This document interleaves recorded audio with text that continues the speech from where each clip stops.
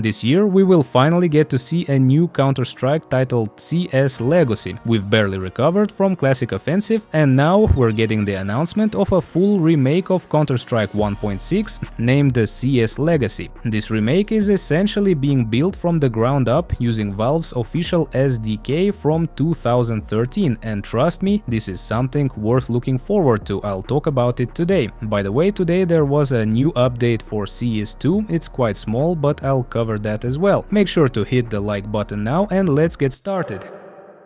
As much as I'd love to jump straight into Counter-Strike Legacy, let's start with today's update. It's rather comical and it's the first update for Counter-Strike 2 this month. Two changes: the map Basalt was updated to its latest version, with the update coming from the map's creator on the Steam Workshop on March 7th. Also, the workshop now allows players to publish custom keychain skins for CS2. You can already see some that were uploaded just hours ago. Yes, unfortunately, we've only received the ability to change the skin of the Sausage Man. Valve didn't add the ability to create custom models. The first version was one thing, but here's the second, an interesting alternative from what's currently available. Personally, I liked the Jason Voorhees skin the most, though it's unlikely it will make it into the game. And yes, that's all we got in terms of updates over the last 3 weeks. Now let's move on to the more exciting part, Counter-Strike Legacy. But to talk about Legacy, I can't skip over Classic Offensive. Just last video on this channel I covered the release of Classic Offensive, which was supposed to happen last Wednesday, over a week ago. However, it didn't happen because Valve delayed the developers and asked them to recheck their build for possible violations of Steam's terms of service and modding rules. And that's the essence of it. Classic Offensive is a mod for Counter-Strike Global Offensive. The idea behind Classic Offensive is to bring back the aesthetic of Counter-Strike 1.6, complete with all its features and sounds. It looked really impressive. Well, it did until the CS Legacy trailer dropped. Classic Offensive already featured a ton of maps made from scratch with layouts from CS 1.6, and overall the project has been in development for almost a decade. I hope we still see it released, but now we're looking at something truly worthy. On March 17th, Counter-Strike Legacy received its first trailer, announcing the release of the game sometime in 2025. According to the trailer, CS Legacy will be officially available on Steam. Let's see if that really happens and if it will release this year, because Classic Offensive couldn't manage to get a release. The trailer for Legacy has already gathered 1 million views and everyone is talking about it. Yes, I'm a bit late with this video. CS Legacy is being developed by the creators of the CS Pro mode, and just look at how the maps in this full remake of CS 1.6 look. It's created entirely from scratch using Valve's public 2013 SDK. The map designs are on par with Counter-Strike 2, and trust me, they're no less impressive, while still maintaining the physics of CS 1.6. Even in the trailer we see that the developers added the iconic double duck feature, which was a core part of CS 1.6. In CS Legacy we also get the original character models, but these are fully enhanced and recreated from scratch. You can definitely see the difference. The same goes for the weapon models. These aren't taken from Counter-Strike source, as was the case with the early builds of Classic Offensive. Everything here is built entirely from the ground up. Of course, the trailer only shows 2 maps so far, Nuke and Pool Day, and you have to admit, Pool Day looks like it could be a scene from Counter-Strike 2, but nope, it's still a remake of CS 1.6. Since it's being made using Valve's public SDK from 2013, there shouldn't be any issues with the release of this remake. I've gone off track a bit talking about the game's features, but in the trailer we even see that the original bunny hop from CS 1.6 is still present, which is considered the benchmark for all versions of Counter-Strike. As for Counter-Strike 2, I think its bunny hop is the worst of all. It's clear that the developers are trying to preserve the aesthetic of the original animations from CS 1.6, like the way players die from gunshots, and when I say that this game is built entirely from scratch, I mean it. As far as I understand, no assets from Valve have been used here, so there should be no issues with copyright. Let's see which one releases first, Classic Offensive or CS Legacy, but I have to say the second option looks much more impressive. And that's all for today.